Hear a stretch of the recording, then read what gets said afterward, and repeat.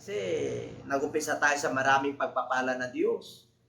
At nais ng Lord na makamtan po natin yung kabuuan, yung kakumplituhan ng pagpapala ng Diyos. At God wants us to have an abundant life. At napag-usapan po natin yung blessings of obedience. Obedience of the will of God, obedience of the Holy Spirit, yung guidance ng Holy Spirit. And the benefits are healing, miracles, and salvation. Okay, the answered prayer, the entrance to heaven, peace and prosperity, and the Holy Spirit baptism. And now, we are now going to tackle what are the blessings of knowing the truth. Ano ba yung mga pagpapala? Kasi po, kung hindi natin malalaman yung katotohanan, hindi tayo mapapalaya. At ito yung tatalakayin po natin. In the book of John chapter 8 verse 32, and you shall know the truth, and the truth shall make you free. Nais ng Lord na tayo po ay mapalaya. Nais ng Lord na malaman po natin yung katotohanan.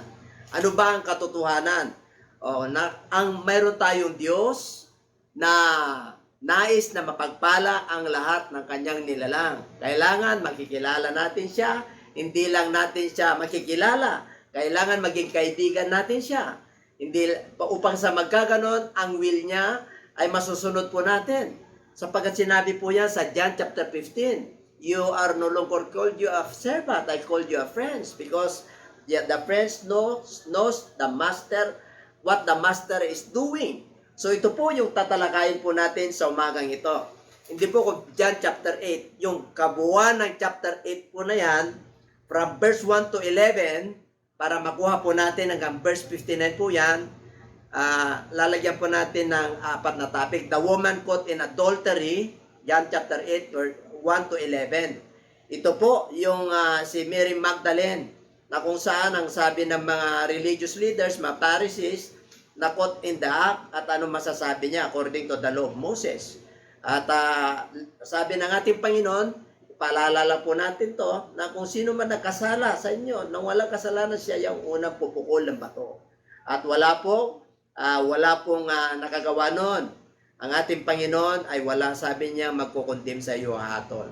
So sa verse 8, 12 hanggang 20, Jesus as the light of the world. Okay, Jesus as the light of the world. Kaya sabi niya, I am the light of the world.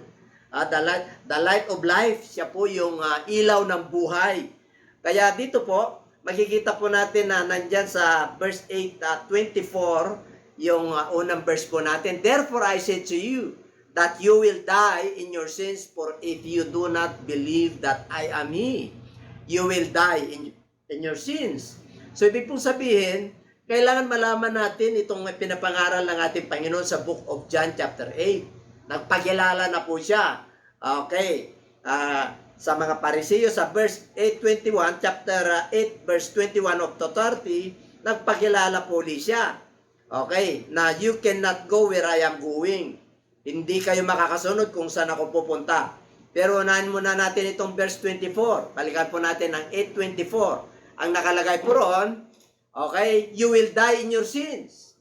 Bakit? Kasi kasi hinanapan po siya ng accusations ng mga paraan upang siya po ay may babubutas po sa kanya. Kaya sabi niya, mamamatay kayo sa inyong mga kasalanan pag hindi kayo nanampalataya, naniwala na I am He.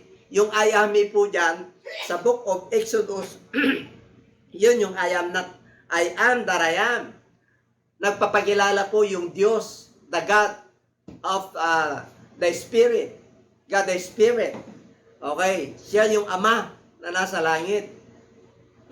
Kaya dito po mapapansin po natin na nagpapakilala siya ng ilaw. Nung dumating po siya, nagiging light of life, nagkaroon ng liwanag yung buhay ng tao. Kaya nais niya na tayo po ay mapapalaya dyan. Kaya kailangan makilala natin yung tinutukoy na I am He. Kung nalala niyo po si Moses sa book of Exodus chapter 3, na kung saan tinawag po siya ng ating Panginoon sa burning bush at gumawa ng himala at sabi na, anong ipapakilala kong pangalan? O sabi niya, okay, sabihin mo sa mga anak ng Diyos, sa bayang Israel, I am that I am. Yung I am that I am dito po, nung nagpakilala po siya, yung I am He, dyan sa New Testament, nagpapakilala po si Jesus Christ na siya yung I am that I am. Nagpayag po siya at bumaba. 8:28, then Jesus said to them, when you lifted up the Son of Man, then you will know that I am He, and that I do nothing of myself, but as my Father taught me, I speak these things. So napakaliwanag po na yung ating tinatalakay na you will know the truth, and the truth shall set you free. Yung truth po dyan ay siya mismo ang nagpapakilala na bago natin makamtan yung mga pagpapala ng Diyos, dapat makilala natin yung ating sinasamba, makilala natin kung sino yung lumikha sa atin, kung sino talaga yung tunay na Diyos. Kaya pinapakilala niya po yan, yung kanyang sarili. Okay? Kaya dito po, sa susunod na verse, 8:29, and He who sent me is with me. The Father has not left me alone, for I always do the things that I please Him. So dito po makikita po natin na napakaliwanag po na tinutukoy niya yung Father. Did you not believe that the Father is in me and I am in the Father? Ang tinutukoy niya po ng Father, that it is not the literal Father, kundi yung Father na Spirit.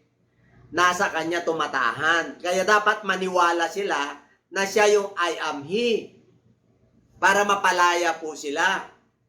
Kaya dito po, sa John chapter 8 verse 31, then Jesus said to those Jews who believe Him, if you abide in my word, you are my disciples indeed.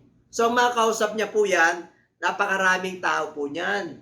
Kasama yung kanyang mga lagad. Kaya sabi niya, kung manatili ang salita ko sa inyo, yung salita na literal, na nangangaral po siya, tinuturuan po sila. Oo, ngayon, ang ating Panginoon ay nag-resurrect na. Bumalik na sa kanyang kinalalagyan ng dati. Kaya yung word na hiniwan niya, yung salita ng Diyos, itong ating binabasa ngayon, the scriptures on our generation, yan yung buhay na salita ng Diyos. Dapat manalig po tayo dyan. Dapat manampalataya po tayo dyan. Upang sa magkaganon mapalaya po tayo. Para makamtan po natin ang abundant life. Yan ang nais ng ating Panginoon. Kaya sabi niya, kung manatili, dapat manatili tayo sa kanyang mga salita.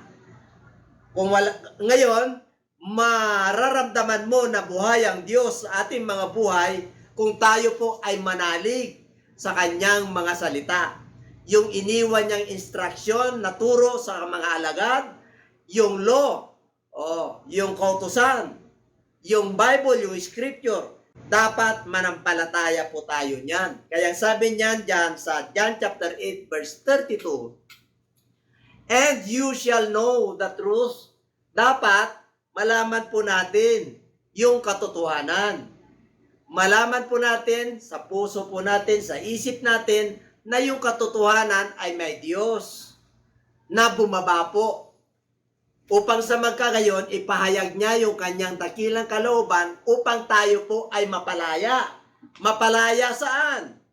Mapalaya sapagkat bihag tayo ng kasalanan. Pinalaya tayo sa pamagitan ng kamatayan ng ating Panginoon.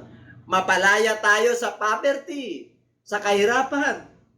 Nahihirapan yung ating physical na katawan. Nahihirapan po tayo sa mga basic needs. Nahihirapan po tayo sa karamdaman. Nahirapan po tayong mapalaya sa ating mga evil thoughts, sa ating mga kasalanan. Nais lang, Lord, na mapalaya tayo sa pamagitan ng ano? Sa pamagitan ng katotohanan. Yung katotohanan ay yung Word of God, na yung Diyos na nagsalita, in the beginning God, let there be light. Yun yung Diyos na bumaba sa pamamagitan ng ating Panginoong Hesus. Kaya dapat malaya na po tayo ngayon. Dahil 2,000 years ago, marami na pong nangangaral niyan mula sa mga apostoles hanggang early church. Ang mga workers, ang mga mananampalataya ng early church. Kaya nais ng Lord na tayo po ay tuloy-tuloy na mapalaya.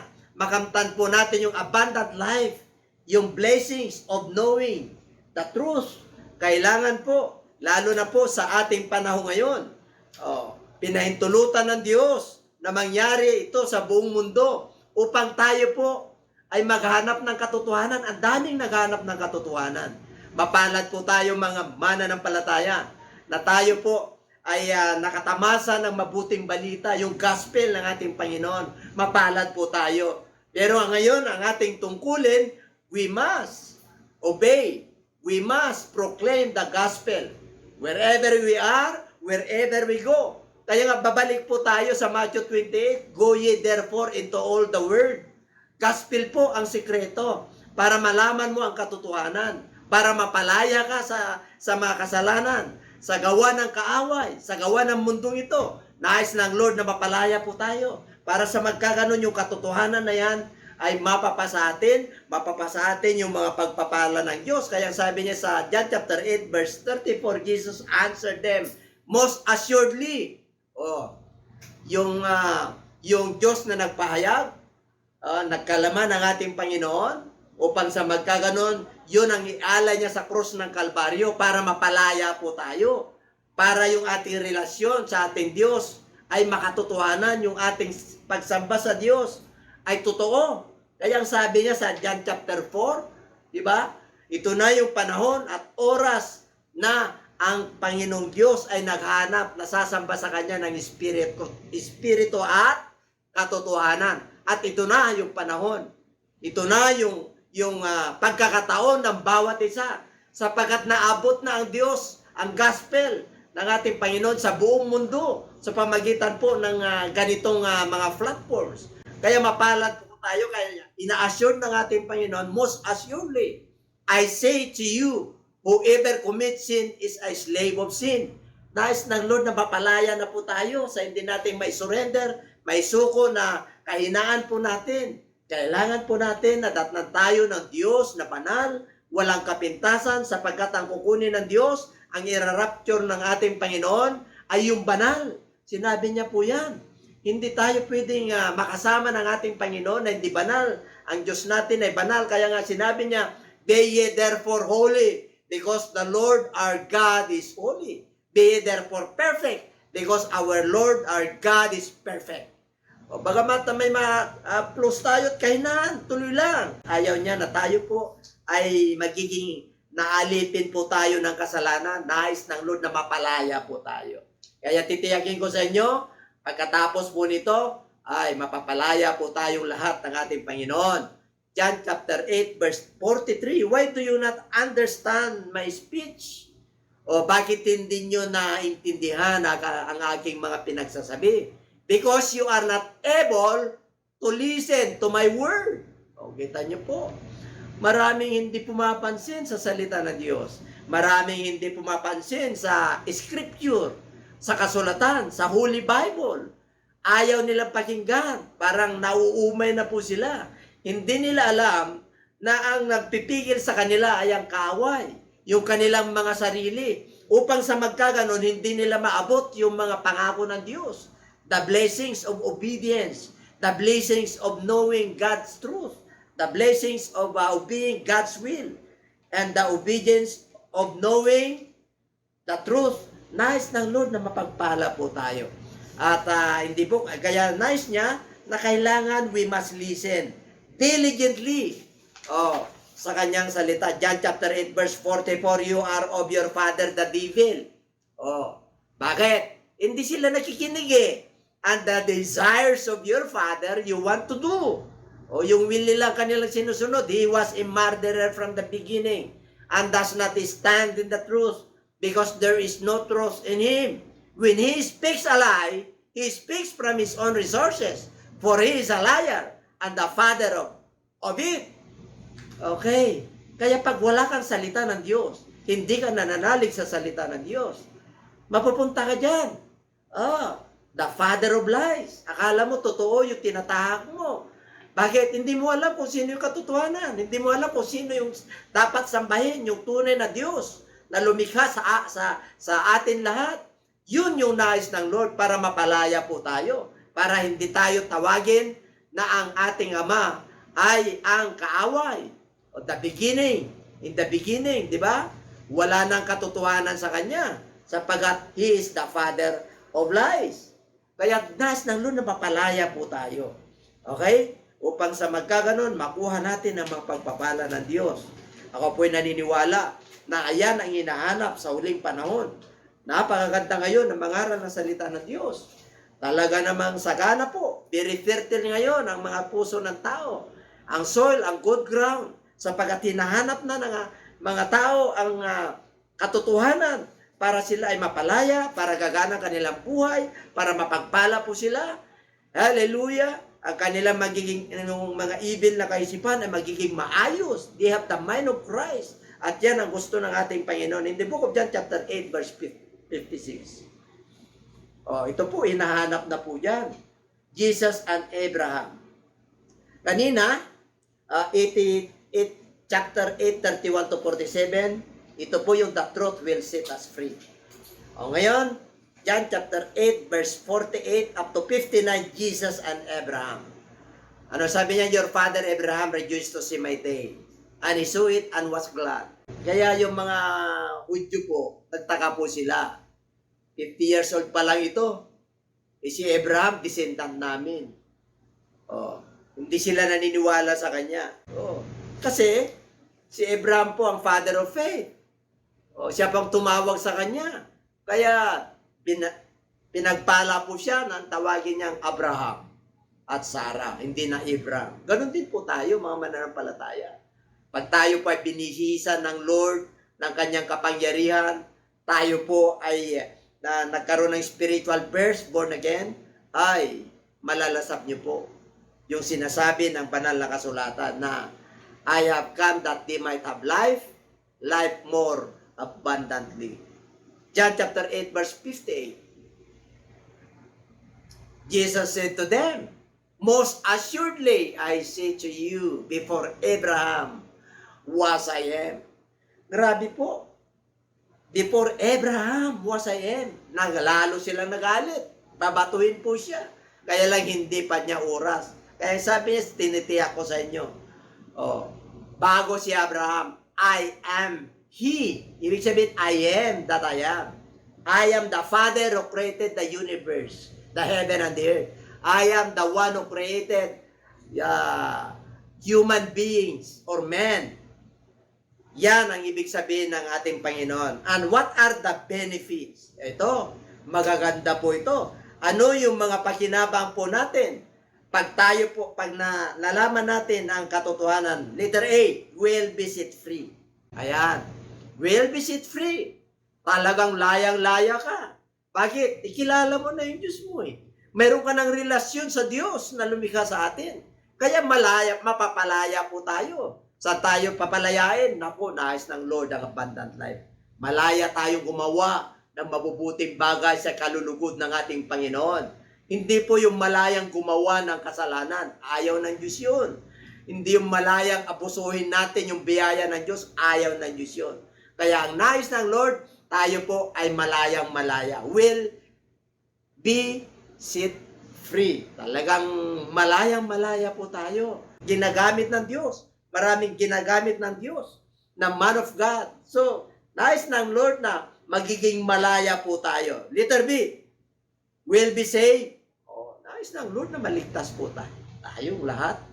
Hindi lang maligtas yung bankruptcy, hindi lang maligtas yung sa maganda yung physical mo, pero yung kaluluwa, higit sa lahat.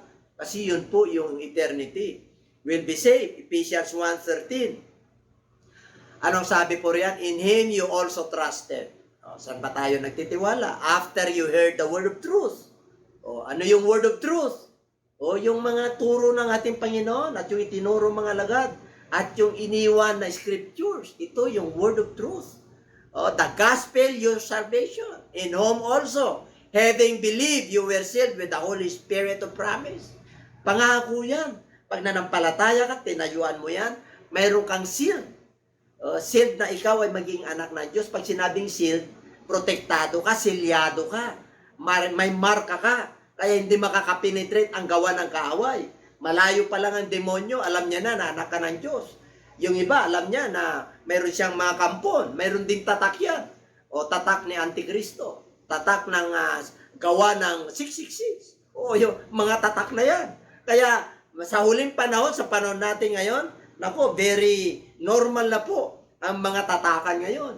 Oh, very normal na po. Kaya ang nais ng Lord na tayo po, yung kaligtasan natin ay hindi lang pansamantala, kundi hanggang sa pagbabalik ng ating Panginoon.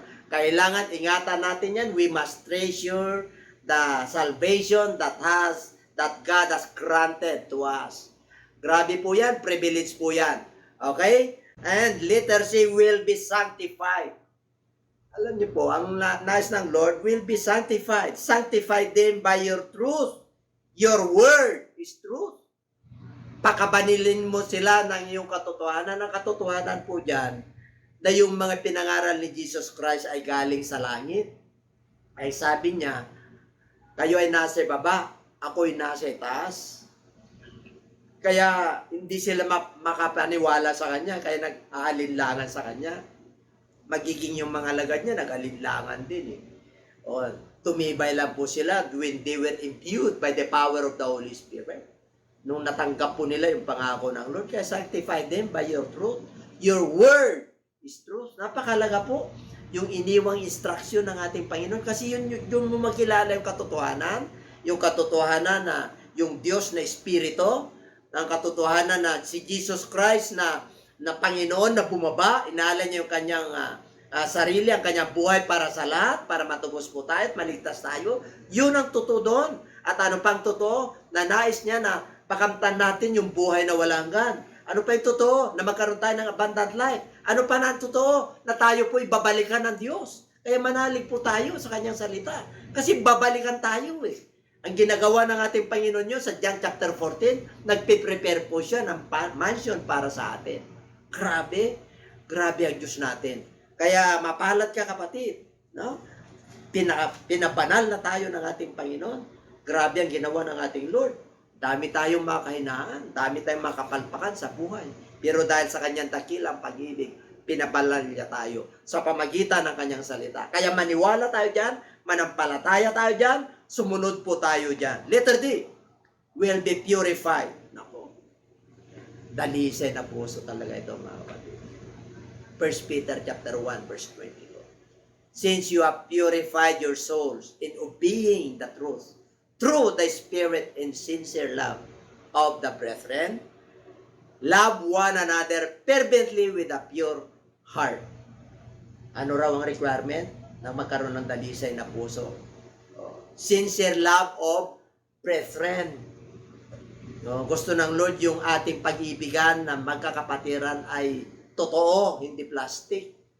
Kaya sabi ng Lord, malaman nila na kayo ay tunay na lagad pag kayo ay you love one another. This is my new commandments that they may know that you are truly my disciples, that ye may love one another. Kaya dito, love one another fervently. Sinabing fervently, nandun yung ningas, nandun yung dalisay. Kahit na nahirapan na po siya, pag nangailangan, wala kang may pay, pag-pray mo. Kasi kapatid mo yan. Bakit? Yung ating soul, napopurify habang ginagawa natin yan. Obeying the truth through the Spirit. Napo, mga kapatid, pag nakakilala nyo yung truth, you will sit us pray, yung Espiritu ng Lord na nasa atin, yun po yung ating gabay para tayo po ay mapagpala. Kaya nais ng Lord na pagbalik niya, purified po tayo, sanctified po tayo. Ano pa, letter E, will be protected. Ay, protektado po tayo. Ephesians chapter 6 verse 14. Will be protected. Sa paanong paraan? Stand therefore. Okay, tayo po ay tumayo. Ano yun? Having girded your waist of truth. Yung ating build, yung waist natin, dala-dala niya katotohanan. Yung alala ko po yung limboksing ng ating kamao, si Pacquiao. May mga build sila. Gold, ibinabandera po nila. Sino makakakuha, kina-challenge. Tayo po, spiritual yun. Yung truth nasa atin. Meron tayong protection dito. Having put on the breastplate of righteousness. Dito po, sa breastplate po, sa dibdib.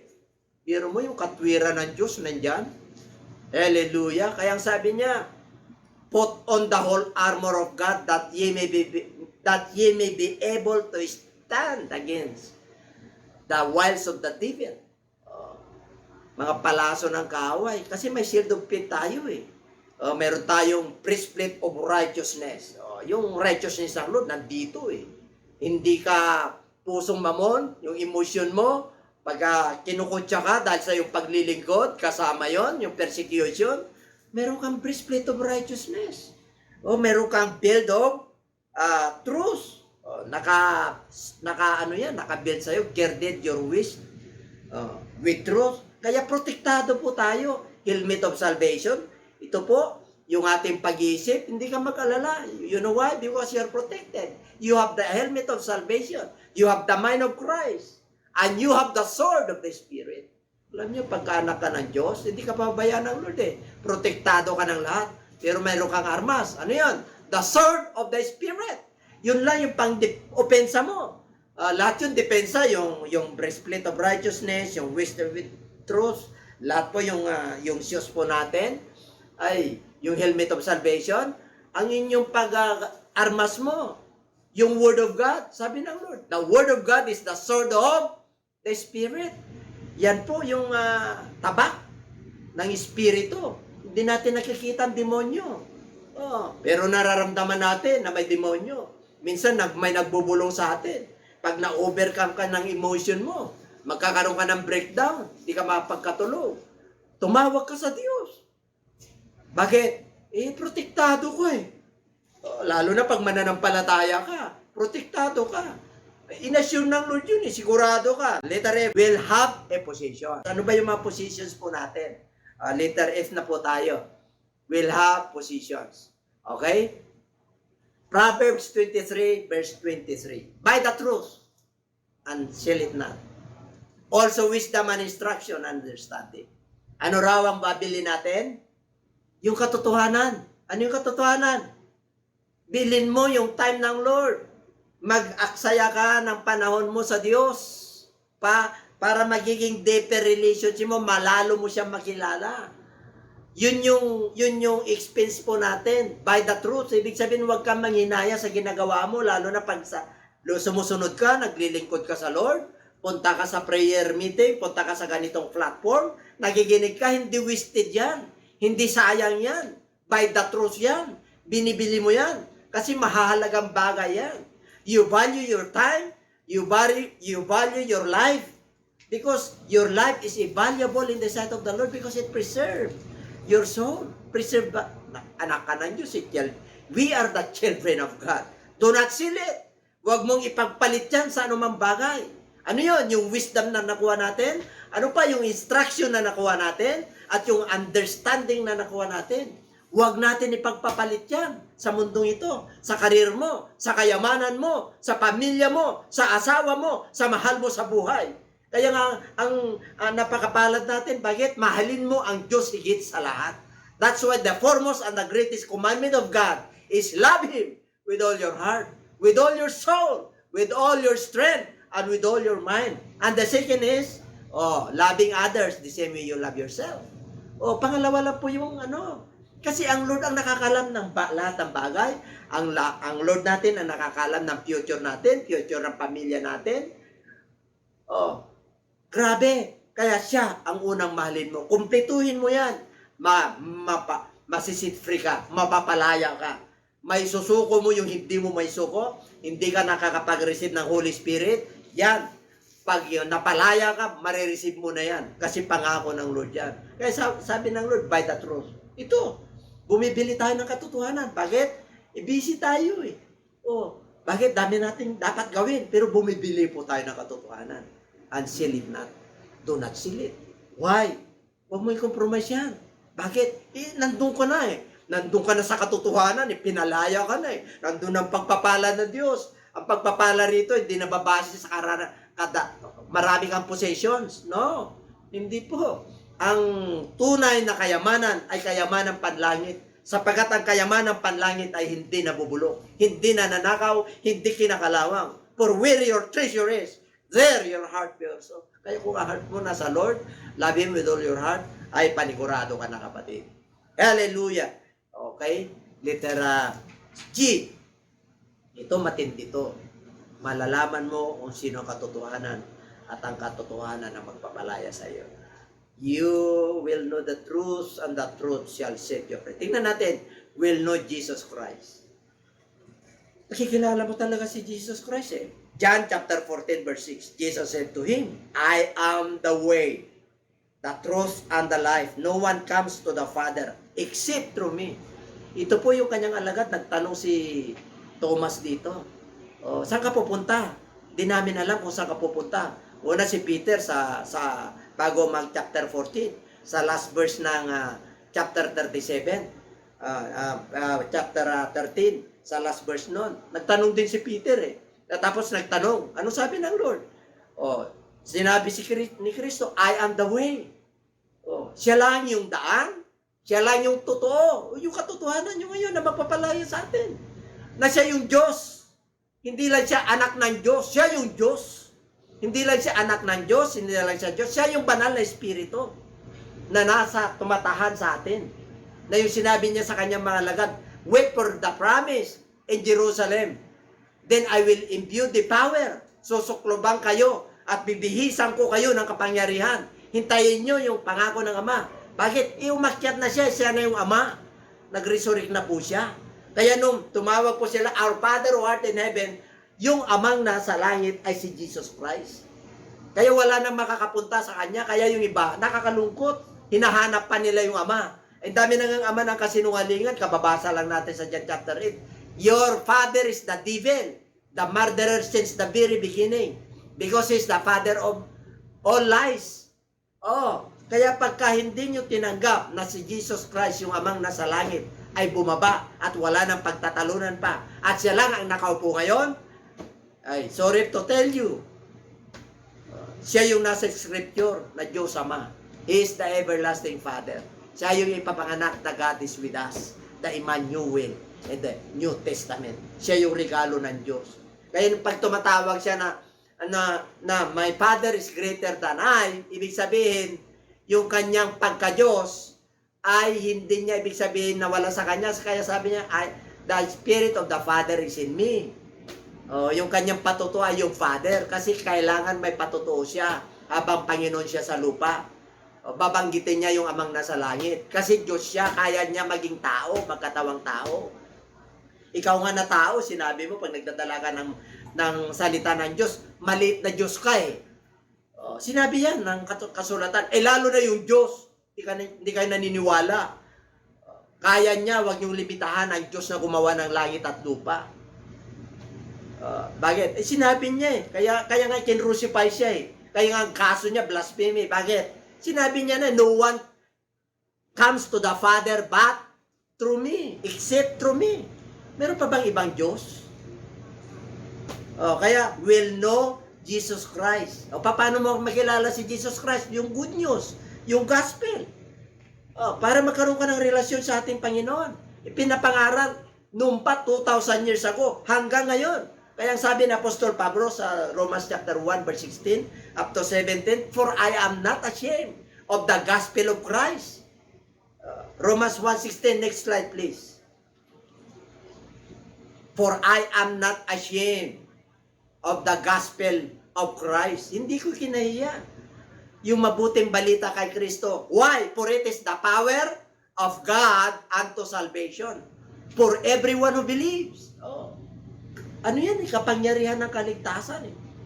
Bakit? Inamatay na siya sa krus eh. We have now the right access to God. Lahat tayo. Hindi na natin kailangan ng mga seremonya. Ginampanan niya na po yun. Kaya nga, napalaya ka na eh. Pinagpala ka na eh. Panampalatayanan mo lang yung salita ng Diyos. Tumayo ka sa salita ng Diyos. Sinabi ng ating Panginoon yan eh. Heaven and earth shall pass away, but my words remains forever. Manampalataya lang po kayo sa salita ng Diyos. Kapatid, papagpalain ka ng Diyos. Kahit na sa panahon ng ganito ng pandemya. Ay, titiyakin ko po sa inyo. Hindi ko papangaral ito kung hindi ko nararamdaman, hindi ko nararanasan ang mga himala ng Diyos, ang mga miracle ng Lord. Sa healing, magiging sa financial, magiging sa physical, magiging sa emotional. Talagang totoo ang mga pangako ng Diyos. For the Jew first, for everyone who believes, sa lahat ng mga nananalig, for the Jew first, and also for the Greeks. Tayo po yung Greeks, Gentiles. Jews po, ang talagang nililigtas ng Lord noon.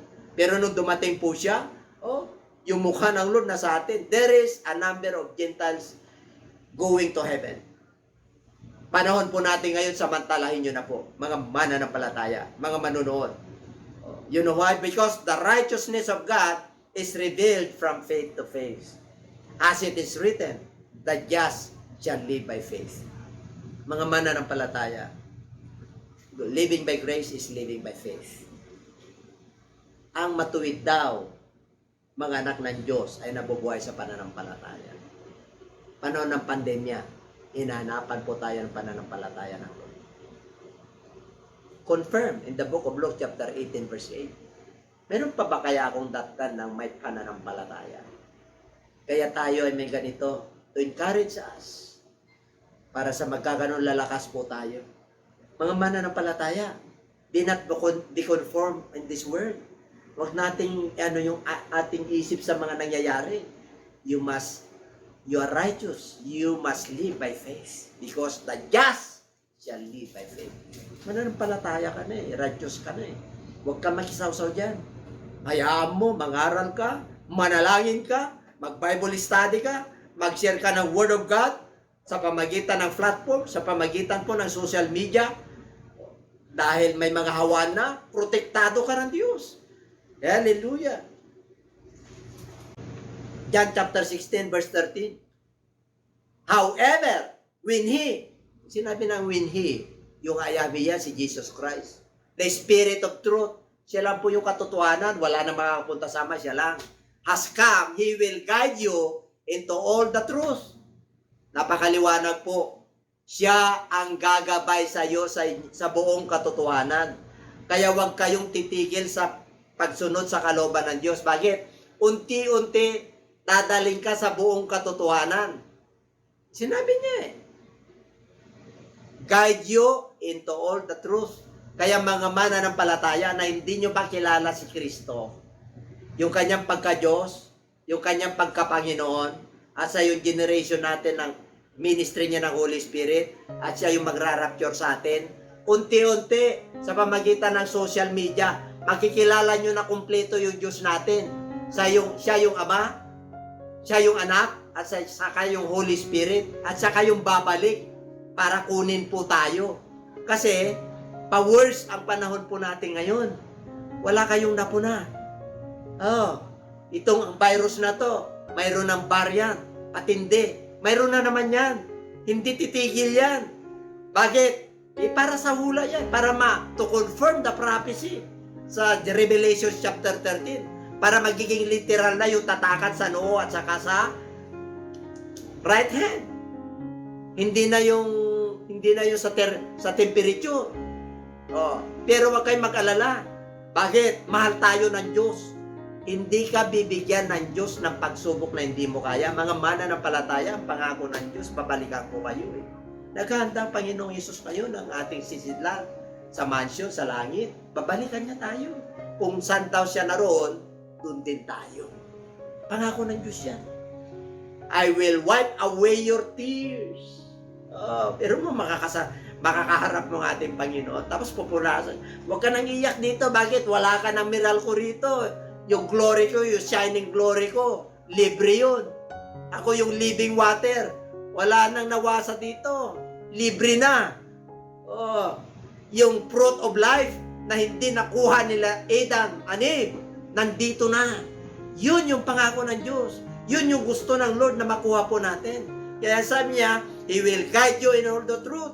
Kaya mga mananampalataya, mga preacher na hindi pa nakakilala sa tunay na Diyos, panahon na, ang sabi ng ating Panginoon, and ye shall know the truth, and the truth shall set you free. Yung pinapangaral ko ngayon, yung truth na yung ating Amang nasa langit ay bumaba para ialay niya yung kanyang sarili para tayo po ay maligtas lahat. Kaya lang ang nakakalungkot, hindi pinapansin ang salita ng Diyos. Kaya po ng panahon nila Noah, hindi pinapansin. Pero mapalad tayo mga mananampalataya. Blessed po tayo. You know why? Ang sabi ng Lord, the blessings in knowing the truth. Pinagpala ka na kapatid. Kaya mga minamahal, mga lahat po ng nanonood, mga taga-subaybay po namin, tayo po ay mabuhay sa huling panahon. We must maximize our time, our talent, our resources. We must live by faith because the just shall live by faith. Yung gospel po na nakuha po natin, nung naging anak tayo ng Diyos, i-share po natin sa lahat. Hallelujah! Nice ng Lord na mamulat po ang ating mga mahal sa buhay, ang ating mga kakilala. Kaya ang gospel po para sa lahat eh. Kaya sabi niya, go ye into all the world, teaching them to observe all things, what I have commanded you, then I will be with you always. Kung nais mo ng Lord ay kasama mo lagi, sumunod po tayo sa Kanya. At ito yung gusto ng Lord, malaman po natin the blessings of knowing the truth. Who is the truth? That the Lord Jesus Christ is the Father. That the Lord Jesus Christ is the Holy Spirit. That the Lord Jesus Christ is now sitting on His throne. That the Lord Jesus Christ will come again. Hallelujah, hallelujah. We just want to thank you, Father, for your love, for your word, for your Holy Spirit. The Holy Spirit that guide us in all truth. Kahit na kami po ay nalalabuan sa mga pangako mo, sa mga pagpapala mo, tulad ng sinabi ni Apostol Pablo in the book of Corinthians chapter 13, when I was a child, I speak as a child, but when I became a man, I speak as a man. Nag-mature na po kami, Panginoon, because we are not born of God, born again, not only born of women, but born again and born of God. Na hindi na po kami nagpapatuloy sa aming mga pagkakasala. Na hindi na kami slave ng sin, Panginoon. Kami po ay purified na, sanctified na, protected na po kami, Panginoon. Hallelujah! Kami po ngayon ay ligtas at protected, at ang possession po natin, yung mga gandang bagay, and will know you, Lord Jesus Christ, na wala nang iba na aming Panginoon Diyos, na kundi Ikaw ang aming sinasamba. Pagpalain mo kaming lahat, purihin ka ng ilang Diyos, salamat po na marami. All glory and honor is yours. Amen. At salamat po sa ating mga na-bishop na binigyan din ni Lord ng kalakasan para mangaral sa umaga nito, na pinamagatan po yung kanyang usual, the blessing of knowing the truth. No? Napakaganda po. Salamat naman sa Panginoon, mga kapatid, dahil tayo po mga anak ng Diyos in-enlighten sa katotohanan. Kaya yung ating buhay ay maliwanag, no? Walang meron mang minsan kadiliman napapalitan ng liwanag. Yung faith na sinabi kanina ni Bishop na the righteous shall live by faith, no? Na tayong mga matutuwid na mga anak ng Diyos ay mabubuhay sa pananampalataya. Na lahat yan, napakaganda po pangako ng Panginoon. At sa oras na ito, mga kapatid, bagamat alam po natin yung katotohanan, dapat ito'y ibabahagi po natin sa iba.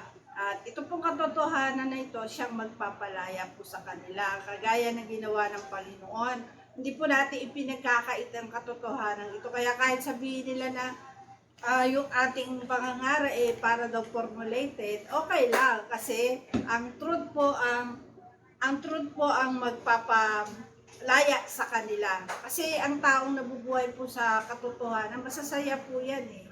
Masasaya po talaga. Kahit na minsan tama-tama lang, kahit sabihin mo na may mga nararamdaman, pero dahil nasa katotohanan ka, nagiging masaya ka at nagiging blessing ka sa iba. Okay? Kaya mga anak ng Diyos, talagang may tatak yan. May tatak yan ang katotohanan sa buhay. Hindi po tayo nagpupunwari. Kaya naghahayag tayo ng katotohanan at mapalad po yung mga tatanggap sa ating Panginoon. Kaya sa oras na ito, inayayahan po namin ang lahat ng mga viewers, mga subscribers po namin na hindi pa tumatanggap sa Panginoon. Tanggapin niyo po ang katotohanan. Walang iba po kundi ang ating Panginoong Yesus. Sabi po yan sa John 14:6 na siya ang the truth, the way, the life, and no one's come to the Father but by Him. Tutulungan ka ng Panginoon na makilala mo siya kung tayo po ay tatanggap sa Kanya. Hindi lang tayo basta maniniwala sa gospel. Kailangan gawan po natin ng action. No? Ayon po dito sa ating babasahin po dito sa 1 Corinthians 15, 1-4, na sinasabi po doon na that Christ is died for our sin. And He was buried, and on third day, He rose again. Yan po ay pangako ng Panginoon. At ginampanan niya yan, no? Hindi lang po niya sinabi, ginampanan niya para tayo po ay maligtas. At ito po ang ating gagawin para yung gospel ng ating Panginoon ay matupad naman sa ating buhay at tayo po ay mapalaya. Ang sabi po dito sa Acts 2:38 that not only believing is not enough, but also to obey the gospel in our life. At sabi nga po sa Acts 2:38, we must repent to our sins and we must baptize in Jesus' name for the remission of our sin. Ang tanging pangalan lang po ng Lord ang magpapatawad, maglilinis sa ating mga kasalanan kung tayo po ay mababautismuhan sa kanyang pangalan.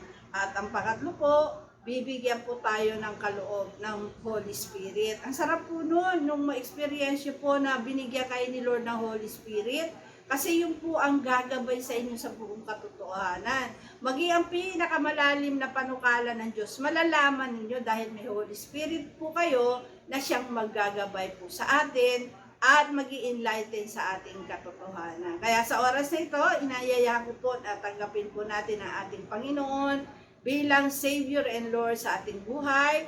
Taas po natin yung ating mga dalawang kamay, ipikit po natin ang ating mga mata, at sumunod po kayo sa maikling panalangin ng pagtanggap. Amang banal na makapangyarihan sa lahat, aming Diyos na buhay, salamat po sa umagang ito. Ako po ay lumalapit sa iyong presensya.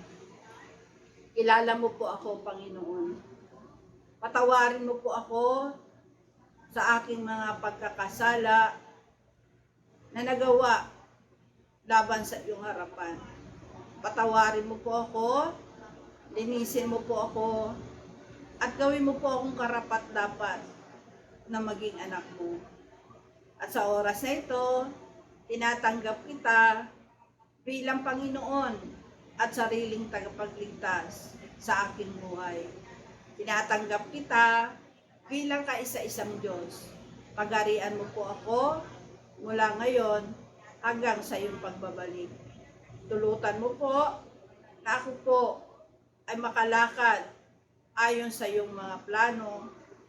Salamat po sa kapatawaran at kaligtasan na aking natamo. Ito po ang aking samot-dalangin sa iyong dakilang pangalan, sa pangalan mo po, Panginoong Hesus. Amen. Okay, ang tinanggap po natin ay ang ating Panginoon at magpatuloy lang po tayo na sumubaybay po sa ating programa dito po sa JCLGAA na matutunghayan po natin every Sunday, every Friday, and every day. Manood lang po kayo sa ating YouTube at Facebook account. I-click lang po natin lagi yung JCLGAA at mapapanood nyo na po ang ating programa. Ito po ay ginagawa natin, hindi po para tayo po ay makilala. Ito po ay ginagawa natin bilang paglilingkod po sa ating Panginoon at ibahagi po sa inyo ang katotohanan na siyang magpapalaya sa ating mga